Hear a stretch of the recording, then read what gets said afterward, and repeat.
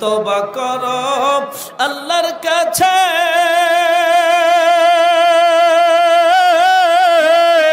তওবার দরজা খোলা আছে, ক্ষমা করলে করতে পারেন, ক্ষমা করলে করতে পারেন, ওই তিনি যে রহমান।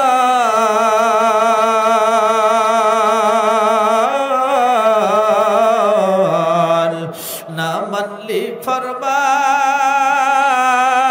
রে তুই, না মানলি কোরআন,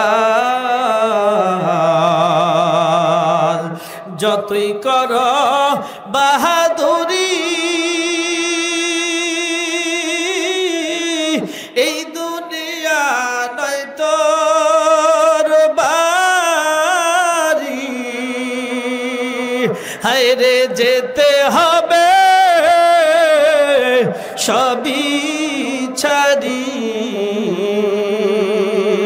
যেতে হবে সবই ছাড়ি, ওই কবর মাজার।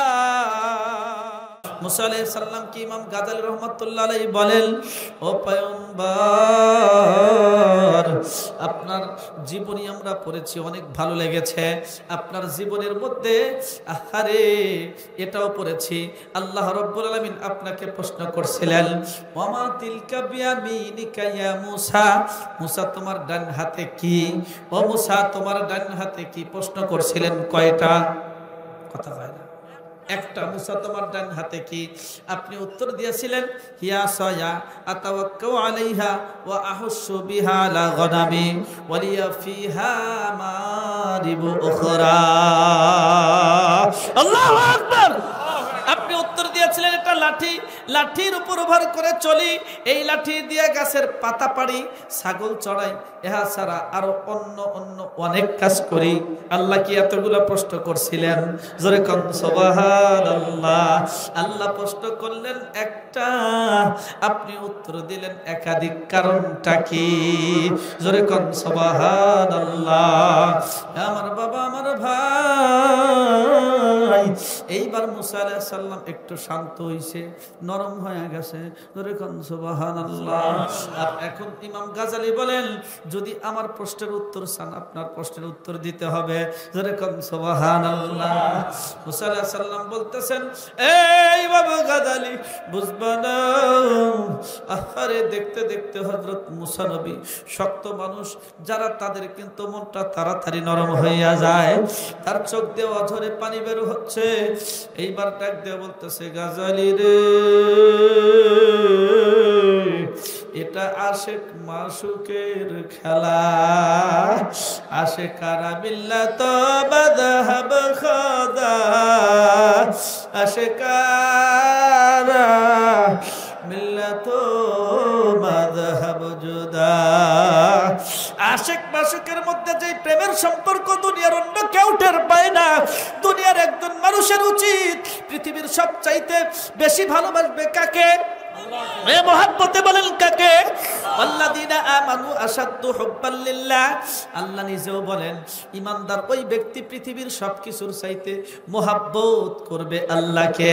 কুল ইন্না সালাতি ওয়া নুসুকি ওয়া মাহইয়ায়া ওয়া মামাতি লিল্লাহি রাব্বিল আলামিন। আল্লাহ নিজে বলেন, বান্দা সর্বদাই বলো আমার নামাজ হবে, আমার কুরবানি হবে, আমার এই জীবন, আমার এই মরণ সবকিছু কার জন্য? জোরে বলেন কার জন্য? অতএব তুমি তোমার সন্তানকে ভালোবাসবা তো আল্লাহর জন্যই ভালোবাসবা, তোমার স্ত্রীকে ভরণ পোষণ করবা তো আল্লাহর জন্যই ভরণ পোষণ করবা, তুমি মাদ্রাসাকে মসজিদকে ভালোবাসবা আল্লাহর জন্যই ভালোবাসবা। এই ইমানদার মুসলমান দুনিয়ার একজন মানুষের উচিত পৃথিবীর সবকিছুর চেয়ে ভালোবাসবে কাকে? আল্লাহ তুমি কত মহান, কত ভালো বন্ধু, প্রাণে তুমি, মনে তুমি, তুমি দয়ার সিন্ধু। সিন্ধু, নেই কেহ নেই ত্রিভুবনে তোমারই সমান। তুমি রহমান, তুমি মেহেরবান, দয়ালু তুমি, তুমি বিধাতা, তুমি যে মালিক, তুমি যে দাতা। অন্ন যোগাও ক্ষুধা পেলে, মিঠা পানি তৃষ্ণা পেলে, আমি গাই তোমার গুণগান। তুমি রহমান, তুমি মেহেরবান। আল্লাহ তুমি কত মহান, কত ভালো বন্ধু, প্রাণে তুমি, মনে তুমি, তুমি দয়ার সিন্ধু।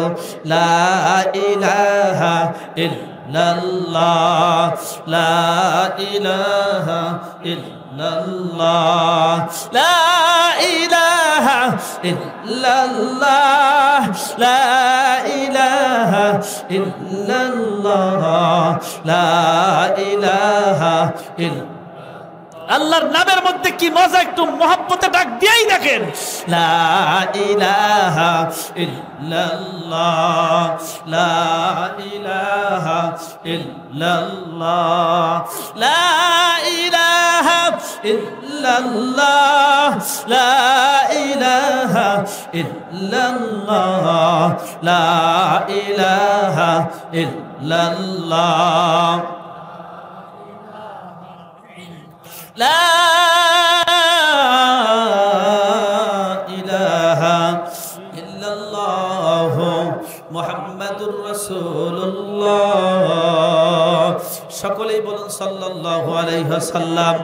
আমার বাবা, আমার ভাই মুসা আলাইহিস সালাম ইমাম গাজালিকে বলতেছেন, আশিক মাশুকের খেলা সবাই কিন্তু বোঝে না।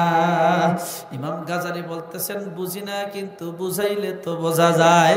হযরত মুসা আলাইহিস সালাম বলতেছেন, ও ইমাম গাজালি, মাওলাই কারীমকে পৃথিবীর সবকিছুর চেয়ে আমি বেশি ভালোবাসতাম। ওই মাওলাই কারীমকে যখন কাছে পাইতাম, দুনিয়ার সব কিছু ভুলিয়া যাইতাম। প্রেমিক যখন প্রেমাস্পদকে কাছে পায়, দুনিয়ার সব কিছু ভুলিয়া যায়। আবার আল্লাহ যখন আমার সামনে হাজির, আমি সব কিছু ভুলিয়া যাইতাম। শুধু আমার মাওলার আমি, তুই আর আমি, আমি আর তুই, বারব সাগরে। মাওলার প্রেমের দরিয়ার মধ্যে আমি হাবুডুবু খাইতাম। মাওলাই কারীম যখন সংক্ষিপ্ত কোনো প্রশ্ন করতেন, ছোট্ট কোনো প্রশ্ন করতেন, তখন আমি লম্বা চৌড়া উত্তর দিয়া মাওলার সাথে বেশি সময় কাটায়া দিতাম। জোরে কোন সুবহানাল্লাহ। আমি যদি প্রশ্নের উত্তর সংক্ষেপভাবে দিতাম, আল্লাহ রাব্বুল আলামিন হয়তো কথা আমার সঙ্গে বন্ধ করে দিবে। এই জন্য ছোট্ট কোনো প্রশ্ন করলেও আমি লম্বা চৌড়া উত্তর দিয়া দিতাম। জোরে কোন সুবহানাল্লাহ।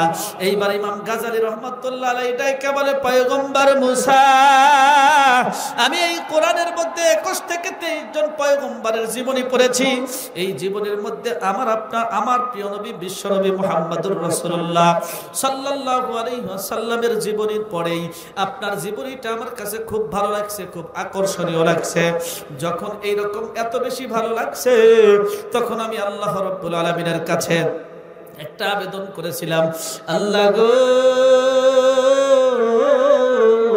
জীবনে কোনোদিন মুসা আলাইহিস সালামের সঙ্গে যদি সাক্ষাৎ হইতো, প্রাণ ভরে তার সঙ্গে কথা বলতাম। আজকে যেহেতু সেই সুযোগটা হইয়া গেছে, ও নবী, বেয়াদবি মাফ করবেন, যদি রাগ করে থাকেন মাফ করে দিয়েন। আপনি জিজ্ঞেস করছেন আমার নাম, যদি নামটা বলি হয়তো আমার সঙ্গে কথা বন্ধ করে দিবেন। ঠিক তদ্রূপ আমি একটু লম্বা চৌড়া উত্তর দিয়া আপনার সঙ্গে বেশি একটা সময় পার করে দিয়েছি। জোরে কোন সুবহানাল্লাহ।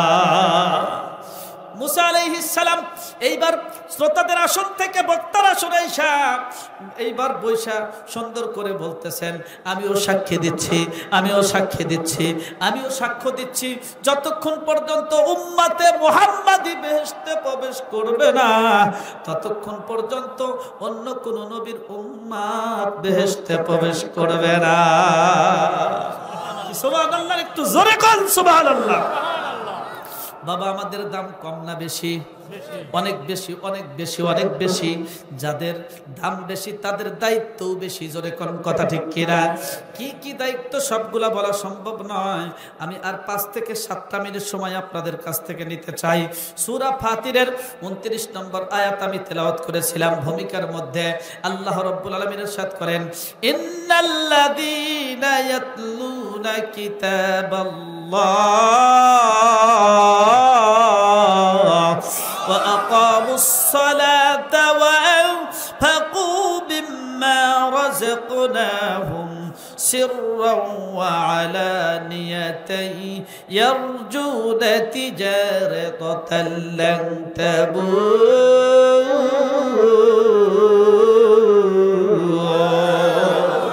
তিনটা ব্যবসার কথা আল্লাহ রাব্বুল আলামিন বলেছেন, যেই তিনটা ব্যবসার মধ্যে কোনো লস নাই। সুবহানাল্লাহ। লস ছাড়া ব্যবসার কথা শুনবো তো?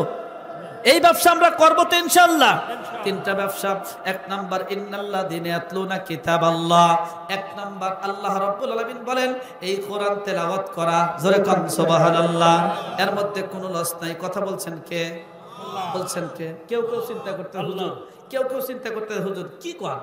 আমরা মনে করছি দুনিয়ার মধ্যে ব্যবসা বাণিজ্য করব, করে অর্থ সম্পদ এরকম ভরপুর হব, টাকা পয়সা শিল্পপতি হব। আপনি তো এই কোরআন তেলাওয়াতের কথা বলতেছেন। মিয়া কোরআন তেলাওয়াত করেন, দুনিয়ার মধ্যে লাখপতি কোটিপতি আপনি কোরআনের বিনিময়ে হতে পারবেন। ধরে কোন সুবহানাল্লাহ। বাংলাদেশের মধ্যেই দেখেন কোরআনের চাইতে, কোরআন ওয়ালাদের চাইতে দামি আর কে আছে? দিনে 3 লক্ষ টাকা ইনকাম দুর্নীতি ছাড়া কেউ করতে পারে না, কিন্তু কোরআনওয়ালারা এর চেয়েও বেশি ইনকাম বর্তমানে করতেছে। ধরে কোন কথা ঠিক? এরপরেও কত মর্যাদা, হেলিকপ্টারের মাধ্যমে কত মানুষ অপেক্ষায় থাকে শুধু কোরআনের বদৌলতে। কারণ কথা বলছেন কে? এর মধ্যে কোনো লস নাই। ইন্নাল্লাযীনা ইয়াতলুনা কিতাবাল্লাহ। 1 নাম্বার যারা কোরআন তেলাওয়াত করে, জোরে কোন সুবহানাল্লাহ। ওয়া আকামুস সালাহ। 2 নাম্বার হলো নামাজ কায়েম। 2 নাম্বার কি? নামাজ কায়েম। একটা বিষয় না যদি আমি আলোচনা করতে চাই কমপক্ষে আরো 3 ঘন্টা সময় লাগবে। বাবারে আমি 5 থেকে 7 মিনিট সময় আপনাদের কাছ থেকে চেয়ে নিয়েছি। আপনারা জ্ঞানী সমাজ, অবশ্যই অল্প সময়ে অনেক কিছু বুঝতে পারবেন। 3 নম্বরে ওয়া আনফাকু মিম্মা রাযাকনাহুম সিররাও ওয়া আলানিয়া। আমি আল্লাহ তোমাদেরকে যেই রিজিক দিয়েছি, আমি আল্লাহ তোমাদেরকে যেই রিজিক দিয়েছি, কে দিয়েছেন? আল্লাহ। কতজন আছে ডিগ্রিধারী, অনেক ডিগ্রি কিন্তু দিন আনে দিন খায়। কত মানুষ আছে বকলম, লাখপতি কোটিপতি শিল্পপতি, আছে না নাই? কত মানুষ আছে তেমন জ্ঞান নাই অথচ অনেক টাকা পয়সা। আরেকজনের অনেক জ্ঞানের পাহাড়, তারপরেও কোনো টাকা পয়সা নাই। তার মানে বোঝা গেল দেওয়ার মালিক কে? আল্লাহ নিজেই বলতেছেন ওয়া আনফাকু মিম্মা রাযাকনাহুম।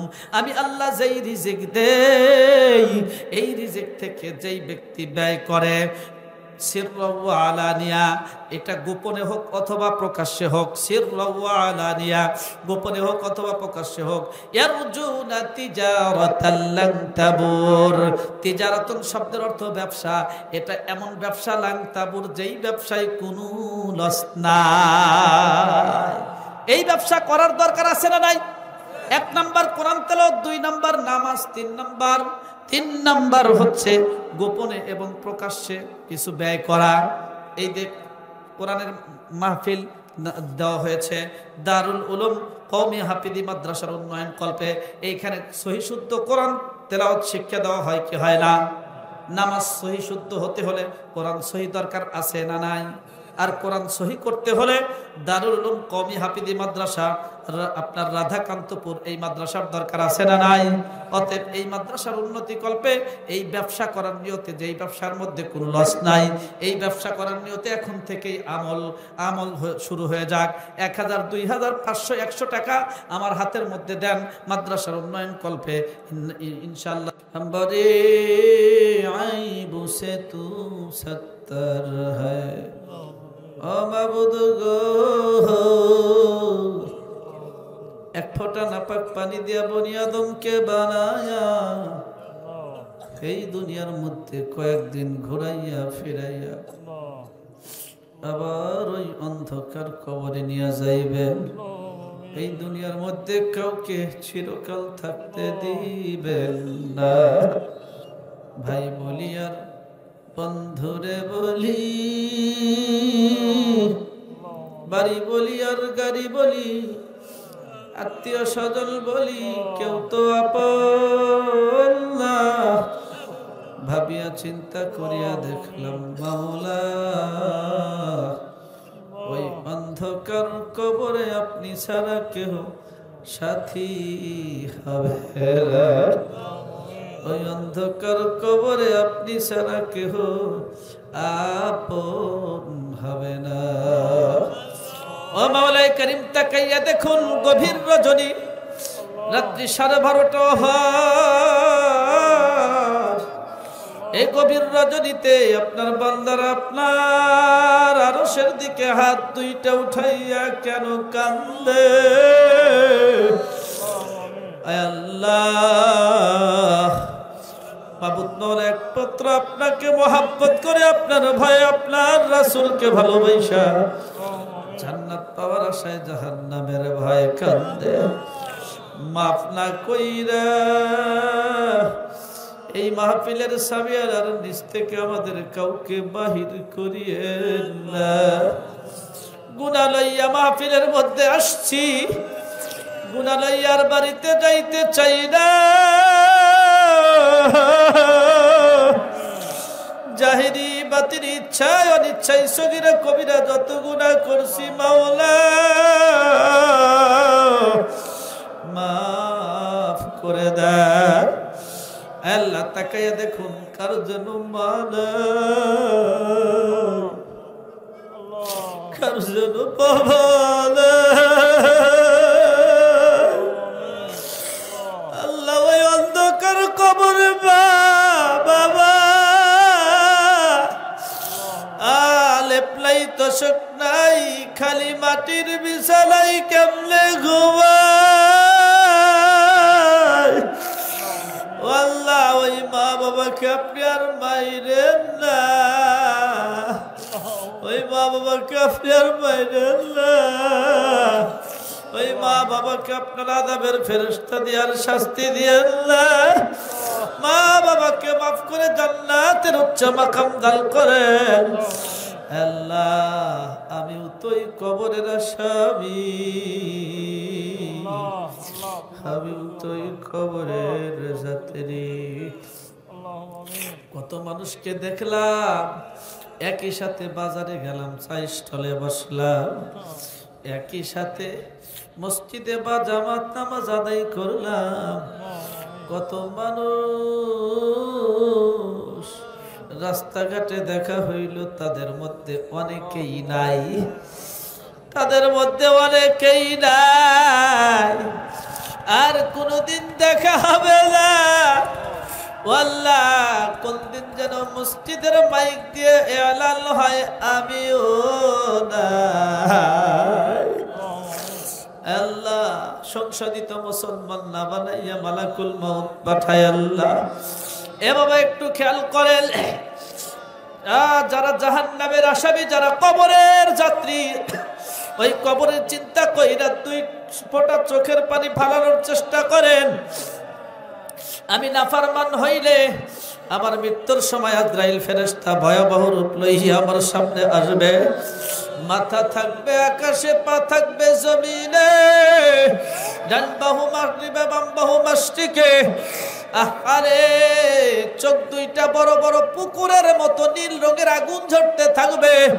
শরীরের মধ্যে বড় বড় লোম, এক একটা লোমের গোড়া দিয়া 70টা পর্যন্ত জিহ্বা বের হইয়া যাইবে।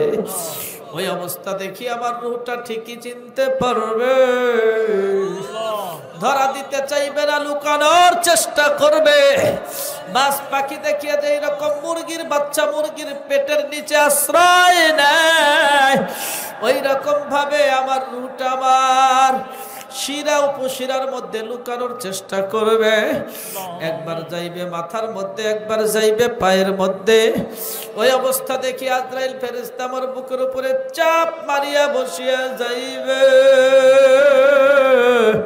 চিবাইয়া চিবাইয়া পারাইয়া পারাইয়া খপ করে রুটা ধরিয়া হেসকা একটা টান মারিয়া আমার দেহ থেকে সারা জীবনের জন্য বিচ্ছিন্ন করিয়া নিয়ে যাইবে।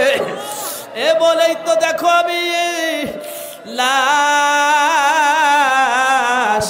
দুনিয়ার সব মানুষ আমার পর হইয়া যাবে, ছেলে কাঁদবে মামা করে, মেয়ে কাঁদবে মামা করে, জবাব তো আর দিতে পারবো না। কেউ যাইবে বাজারের বাসটা কাটার জন্য, কেউ যাইবে কাপড়ের কাপড় আনার জন্য, কেউ যাইবে বড়ই পাতা দিয়া গরম পানি করাইয়া সুন্দর করে গোসল করাই ওই সাদা কাপড়ের মধ্যে চকলেটের মতো মরাইয়া রাখবে। আরে পাড়া প্রতিবেশী অনেকেই শেষ দেখাটা দেখার জন্য আসবে, আফসোস করিয়া সবাই চলিয়া যাইবে। এই তো আমার শেষ বিদায়। আমার লাশটা নিয়া কবরস্থানের দিকে যখন রওনা হবে, বাড়ির সব লোকজন একসাথে কান্নাকাটি করবে, কিন্তু কেউ আমারে বাড়িতে রাখতে চাইবে না। জানাজাটা সারিয়া যখন কবরের কিনারার মধ্যে আমার লাশটা নিয়ে যাওয়া হবে, দুনিয়ার কেউ দেখবে না, আমার চোখে ঠিকই দেখা যাবে। আমি নাফরমানি হইলে দেখতে পারবো কবরের মধ্যে 99টা সাপ কিলবিল কিলবিল করতে আছে। কবরের মধ্যে আযাবের ফেরেশতা লোহার গুরজ লইয়া অপেক্ষায় আছে। এ বল কার মনে চাইবে ওই অবস্থায় কবরে শুইতে? আমি হাউমাউ করবো আর চিৎকার করবো, ভাই আমার এই কবরে নামাইও না। কেউ আমার চিৎকার শুনবে না। নিষ্ঠুর মতো 3 জন মানুষ কবরের মধ্যে আমাকে নামায়া কবর থেকে উঠিয়া পড়বে। বাঁশের খাবাসি গুলা সারি সারি বিছাইয়া দিয়া মন কেমন মাটি আমার বুকে চাপাইয়া দিবে। ডাইনে মাটি বাবে মাটি, নিচে মাটির বিছানা, উপরেতে চাপা মাটি, ভাইগা যাইতে পারবো না। সূর্যের আলো জীবনের জন্য বন্ধ হইয়া যাবে, দুনিয়ার সব যোগাযোগ বিচ্ছিন্ন হইয়া যাবে। এবং কবরের যারা আসামি একটু খেয়াল করো, কবরে তুমি একা, সাথী নাই রে বাতি নাই রে কবরে, বন্ধু নাই রে বান্ধব নাই রে বিঘরে। আল্লাহ মাফ করিয়া দেন, আল্লাহ মাফ করিয়া দেন। ওই কবরের মধ্যে আপনার আযাবের ফেরেশতারা পিটাইলে মা মা করলে মা শুনবে না, বাবা বাবা করলে বাবা শুনবে না, সন্তান খোঁজ খবর নিবে না, স্ত্রীও খোঁজ খবর নেবে না। ওই সময় চিৎকার করিয়া মাওলাকে ডাকলে মাওলাও নাফরমানি ব্যক্তিকে বলবে, নাফরমান দূর হ, দুনিয়ার মধ্যে তুই যেমনে আমারে ভুলিয়াছিলি, আজকে এই কবরে আমি তোকে ভুলিয়া গেলাম। ওই দিন মাওলা যদি ভুলিয়া যায়, আমার কোনো উপায় থাকবে না। আল্লাহ মাফ করিয়া দেন, আল্লাহ মাফ করিয়া দেন। মা রাগ করলে বাবার পাশে যাইয়া দাঁড়ানো যায়, বাবা রাগ করলে মার কাছে যাইয়া আশ্রয় নেওয়া যায়। আল্লাহ আপনি রাগ হইলে কার কাছে যাইব? যাওয়ার কোনো জায়গা নাই। আল্লাহ আপনার বান্দারা কেমনে কান্দে, একজনের চোখের পানিও যদি আপনার কাছে পছন্দ হইয়া থাকে, তার ওসিলা করে আমাদেরকে মাফ করিয়া দেন আল্লাহ। আল্লাহ যেই পথে চললে আপনি রাজি হন, খুশি হন, সেই পথে চলার তৌফিক দান করেন।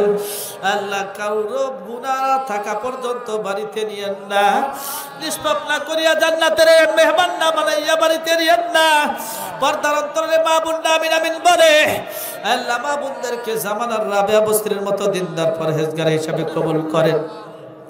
মা আমার বোন, একটা কথা স্মরণ কইর, তুমি একদিন আনন্দ চিত্তে বিবাহের রাত্রিতে বেনারসি পরিয়া লাল শাড়ি পরিয়া তোমার স্বামীর ঘরে আহারে যেই রকম ভাবে প্রবেশ করছিলে, ওই ঘর থেকে একদিন সাদা কাফন পরে বের হইবা, আর কিন্তু ফিরে আসতে পারবো। আল্লাহ মা বোনদেরকে বুঝদান করেন, স্বামীর আনুগত্য করার তৌফিক দান করেন। আল্লাহ পর্দা পশিদে চলার মতো তৌফিক দান করেন। 5 ওয়াক্ত নামাজি বানায় দেন। আল্লাহ রাধাকান্তপুর দারুল উলুম কওমি মাদ্রাসাকে আপনি কবুল করেন, ছাত্র দিয়া ভরপুর করে দেন। আল্লাহ সভাপতি, সেক্রেটারি, ক্যাশিয়ার সাহেব সহ আল্লাহ পরিচালনা পরিষদকে আপনি কবুল করেন। আল্লাহ বক্তা শ্রোতা সবাইকে কবুল করেন, এলাকাবাসীকে কবুল করেন। এই মহল্লার কবরস্থানে যতগুলো মাইয়িত শহীদ আল্লাহ আজকের উসিলা করে প্রত্যেকের কবরের আযাব মাফ করিয়া দেন। আল্লাহ যা চাইছি আর যা চাই না অথচ দরকার আপনি দান করেন। আল্লাহ যুবক ভাইরা কেমনে কান্দে, যুবক ভাইদেরকে আপনি কবুল করেন, যুবক ভাইদেরকে আপনি কবুল করেন। আল্লাহ তাদেরকে দিন ইসলামের জন্য কবুল করেন। সাল্লাল্লাহু তাআলা আলা খায়রি খালকিহি মুহাম্মাদ ওয়া আলিহি ওয়া সাহবিহি আজমাইন। আল্লাহ শেষ পরিয়াত শরীফুল ইসলাম ভাই অনেক মেহনত করছে, যোগাযোগ করেছেন। আল্লাহ অনেক মেহনতি মানুষ, তাকে আপনি উত্তম প্রতিদান দান করেন। ইমানদার মুসলমান, আমাদের বাংলাদেশের মানুষ ধর্মপ্রিয় মানুষ, দিন প্রিয় মানুষ। অনেকেই বলে, অনেক রকম কথা বলে যে হুজুর এই ওয়াজ মাহফিল, ওয়াজ নসিহত, এত ওয়াজ করে লাভ কি? আসলে লাভ আছে। আমি একজনকে বললাম, আচ্ছা সারা বাংলাদেশের মসজিদেও কোনো ওয়াজ চলবে না, কোনো ওয়াজ মাহফিলও চলবে না, তাফসির মাহফিলও চলবে না, 10 দিন যদি ওয়াফ থাকে, মানুষ কি এরকম থাকবে না? একদম গোমরার পথে চলে যাবে, গোমরার পথে চলে যাবে। অন্যান্য আরব কান্ট্রিতেও, যেগুলা ইসলামিক রাষ্ট্র, এই রাষ্ট্রগুলোতেও মানুষ এত ধর্মপ্রিয় না যত বাংলাদেশের মানুষ ধর্মপ্রিয়। কি বলেন, কথা ঠিক না? পর্দা পুশিদা, এরপরে আপনার রাসূলকে ভালোবাসা, আল্লাহর ওলিদেরকে ভালোবাসা, এরপরে সুন্নতের পাবন্দি করা। মোটামুটি যারা মেনে চলে, যারা 5 ওয়াক্ত নামাজ আদায় করে, তারা পুরোপুরি আদায় করার চেষ্টা করে। কি বলেন, কথা ঠিক না? তা আমাদের এদেশে ওয়াজ মাহফিল বেশি হয়, ওয়াজ মাহফিল গুলোতে মানুষও অনেক বেশি যায়। কি বলেন, কথা ঠিক না? তো দোয়া করি আল্লাহ রাব্বুল আলামিন কিয়ামতের দিন আমাদের সকলকেই নাজাতের ব্যবস্থা করে জান্নাতের উচ্চ মাকাম দান করুন। সকলেই বলুন আমিন। সম্মানিত হাজিরিন, আল্লাহ রাব্বুল আলামিন আমাদেরকে 4টা নিয়ামত এমন দান করছেন, যেই নিয়ামতের দিক দিয়ে আপনি আমি যত বড় মানুষই হোক না কেন, নিয়ামতের দিক দিয়ে সমান। 4টা নিয়ামত এমন আছে, নিয়ামতের দিক দিয়ে সবাই সমান। তার মধ্যে একটি হচ্ছে মানুষ। আমিও মানুষ, আপনিও মানুষ। কি বলেন, কথা ঠিক না? মানুষের দিক দিয়ে কোনো কম বেশি আছে কি? আপনিও মানুষ, আমিও মানুষ। আমাদের সম্মানিত সভাপতি মহোদয়, তিনিও মানুষ। মানুষের দিক দিয়ে কোনো কম বেশি নেই। মেহনতের কারণে কারোর দাম বাড়ে, কারো দাম কমে, কিন্তু মানুষ হিসাবে আমরা আল্লাহর পক্ষ থেকে নিয়ামতের দিক দিয়ে সমান। কি বলেন, কথা ঠিক না? দ্বিতীয় নাম্বার আরো একটা নিয়ামত, ঈমান। আমারও ঈমান আছে, আপনারও ঈমান আছে। আমিও ঈমানদার, আপনিও ঈমানদার। আর একজন ঈমানদারের ন্যূনতম পুরস্কার 10 দুনিয়ার সমান একটা জান্নাত। আর একটু জোরে কর, লা তাকুমুস সাআ হাত্তা ইয়াকুলু ফিল আরদ আল্লাহ আল্লাহ। পৃথিবীর মধ্যে ততক্ষণ পর্যন্ত কিয়ামত সংগঠিত হবে না যতক্ষণ পর্যন্ত এই পৃথিবীর মধ্যে আল্লাহ বলার মতো ঈমানদার থাকবে। আরেকটু জোরে কর সুবহানাল্লাহ। আরো একটা নিয়ামত আছে, সেটি হচ্ছে বিশ্ব নবী, আমাদের নবী, শ্রেষ্ঠ নবী। আমরা সকল উম্মতের কাছে, আমাদের সকল উম্মতের কাছে নবী আমাদের জন্য একটা নিয়ামত। সভাপতি মহোদয়ের কাছে একরকম নিয়ামত, আমার কাছে আরেক রকম, আপনাদের কাছে আরেক রকম। নিয়ামতের বেলায় কি কম বেশি আছে? কম বেশি নেই, সকলের জন্য সমান নিয়ামত। সুবহানাল্লাহ। চতুর্থ নাম্বার নিয়ামত কোরআন, কিতাবুল্লাহ। এটা আল্লাহর কালাম। এই কোরআন আল্লাহ রাব্বুল আলামিনের পক্ষ থেকে এমন একটা নিয়ামত, আপনার কাছেও যেমন আমার কাছেও তেমনই নিয়ামত। নিয়ামতের বেলায় কোনো বেশ কম নাই, কিন্তু পুরস্কারের বেলায় আকাশ পাতাল পার্থক্য রয়েছে। যেরকম সুবহানাল্লাহ। ইমানদার মুসলমান, আমরা যখন ইবাদত বন্দেগী করি, এই যে কোরআনের মাহফিল আসছি, এইখানে আসার কারণে নেকি আছে না নাই? নেকিতে অবশ্যই বেশ কম আছে। আমার একরকম নেকি, আপনার আরেক রকম। ওই পিছনে এক ভাই বসে আছে, তার হয়তো আরেক রকম নেকি। ওই কোনায় একজন বসে আছে, তার একটু আরেক রকম নেকি। এক কথায় পুরস্কারের বেলায় আকাশ পাতাল ডিফারেন্স রয়েছে, কিন্তু নিয়ামতের বেলায় আমরা সবাই সমান। সুবহানাল্লাহ। পুরস্কারের বেলায় পার্থক্য কেন? পার্থক্য হচ্ছে এই দিলের ভিত্তিতে, অন্তরের ভিত্তিতে। যার দিল যেমন তার পুরস্কার তেমন। যেরকম সুবহানাল্লাহ।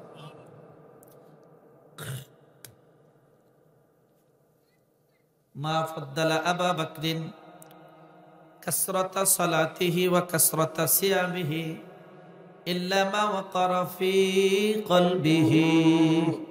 উম্মতের মধ্যে শ্রেষ্ঠ হযরত আবু বকর সিদ্দিকের দাম বাড়ছে তার বেশি ইবাদতের কারণে নয়, বেশি সিয়াম সাধনার কারণে নয়, কিন্তু তার অন্তরের মধ্যে যেই মায়া আর মহাব্বত আছে, এই মায়া আর মহাব্বতের কারণে আবু বকর সিদ্দিকের দাম বাইরে গেছে। আর একটু জোরে কর সুবহানাল্লাহ। তাই যদি না হবে, আবু বকর সিদ্দিকের ইসলাম গ্রহণ করার মাত্র 40 দিনের মাথায় হযরত ওমর ইসলাম গ্রহণ করছেন। আবু বকর সিদ্দিকের ইন্তেকালের 4 বছর 6 মাস হযরত ওমর পৃথিবীর মধ্যে বেঁচে ছিলেন। হযরত আবু বকরের চেয়ে ওমরের নামাজ বেশি, সিয়াম সাধনা বেশি, অন্যান্য ইবাদত বেশি, কিন্তু তারপরেও শ্রেষ্ঠ হযরত আবু বকর। যেরকম সুবহানাল্লাহ। এই যে আমরা এইখানে এসেছি, কোরআনের মাহফিল শোনার জন্য এসেছি। আল্লাহ রাব্বুল আলামিন বান্দার যখন পুরস্কার দিতে চান, তখন আল্লাহ রাব্বুল আলামিন বান্দার দিকে মনোযোগী হন। কালামে হাকিমের মধ্যে পাওয়া যায়, এই বান্দার 2 কাঁধে 2 জন ফেরেশতা আল্লাহ নিযুক্ত করছেন। ডান কাঁধে একজন, বাম কাঁধে একজন। কিরামান কাতিবিনা ইয়ালামুনা মা তাফআলুন। পৃথিবীর মানুষ, তোমরা যা কিছু করো, কিরামান কাতিবিন 2 জন ফেরেশতা ঠিকই লেখে। এই 2 ফেরেশতার মধ্যে ডান কাঁধের ফেরেশতা নেক লেখে, বাম কাঁধের ফেরেশতা পাপ লেখে। এই 2 ফেরেশতার মধ্যে আল্লাহ রাব্বুল আলামিন আবার এই ডান কাঁধের ফেরেশতাকে জিম্মাদারি দায়িত্ব দিয়েছেন। জোরে কোন সুবহানাল্লাহ। তার মানে বাম কাঁধের ফেরেশতাটা মামুর, আর ডান কাঁধের ফেরেশতা আমির। আমির সাহেবের অনুমতি ছাড়া মামুর কিন্তু কোনো কিছু করতে পারে না। জোরে কোন কথা ঠিক কি না? এখন আল্লাহর কোন বান্দা যখন পাপের কাজ করে, বাম কাঁধের ফেরেশতা ডান কাঁধের ফেরেশতাকে জিজ্ঞাসা করে, ভাই আক্তুবু, আমি কি লিখব? অমুক বান্দা গুনার কাজ করছে, আমি কি তার গুনাহটা লিখে দেব? ডান কাঁধের ফেরেশতা ডাইকা বলে, ভাই গুনাহ করছো তাতে কি হয়েছে? অন্তত পক্ষে 1 ঘন্টা সুযোগ দাও। অন্তাদির সাআ, 1 ঘন্টা সুযোগ দাও, দেখি তো 1 ঘন্টার মধ্যে তওবা করে কিনা। জোরে কোন সুবহানাল্লাহ। 1 ঘন্টা পরে এই ফেরেশতা আবার ওটাইকে বলে, ভাই আক্তুবু, আমি কি লিখব? কয় এখনো কি তওবা করে নাই? কয় না। কয় আরো 1 ঘন্টা অপেক্ষা করো। এরকম অপেক্ষা করতে করতে করতে করতে 6টা ঘন্টা অতিবাহিত হইয়া যায়। 6 ঘন্টা অপেক্ষা করার পর এখন এই বাম কাঁধের ফেরেশতা ডাইকা বলে, ভাই গো, 6টা ঘন্টা অতিবাহিত হইয়া গেছে, বান্দা তো এখনো পর্যন্ত তওবা করে নাই, আমি কি লিখব? ডান কাঁধের ফেরেশতা ডাইকা বলে, এই ভাই ফেরেশতা, আমাকে আল্লাহ রাব্বুল আলামিন কানে কানে বলে দিয়েছিল, যখন বান্দা গুনাহের কাজ করে বাম কাদের ফেরেশতাকে তুমি 6 ঘন্টা পর্যন্ত লেখার অনুমতি দিও না। এই 6 ঘন্টার মধ্যে আবার কোন বান্দা যদি তওবা করার মতো করে, আমি আল্লাহ গুনাহটা না লেখাই তার তওবা কবুল কইরা গুনাহটা মাফ করিয়া দেয়। আর একটু জোরে কোন সুবহানাল্লাহ। এখনো কি তওবা করে নাই? বলে না তওবা করে নাই। কয় তাহলে লেখো উক্তুবু আলা তাকতুব ওয়ালা তাকতুবিল্লাহ সাইয়্যাতিল্লাহ বিসাইয়্যা, লেখো কিন্তু একটাই লেখো, অতিরিক্ত লেখো না। বাবা গুনাহ যদি করে কোন বান্দা লেখা হয় কয় ঘন্টা পর? জোরে বলেন কয় ঘন্টা পর? 6 ঘন্টা পরে লেখা হয়। যদি এর মাঝে তওবা করে আল্লাহ তওবা কবুল করে গুনাহটা লেখেন না। এই জন্য গুনাহ যদি হয়েই যায় তওবা করার দরকার আছে না নাই? তওবা করো আল্লাহর কাছে,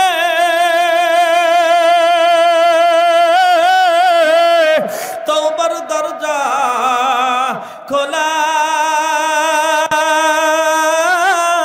আছে। ক্ষমা করলে করতে পারে, ক্ষমা করলে করতে পারে, ওই তিনি যে রহমান।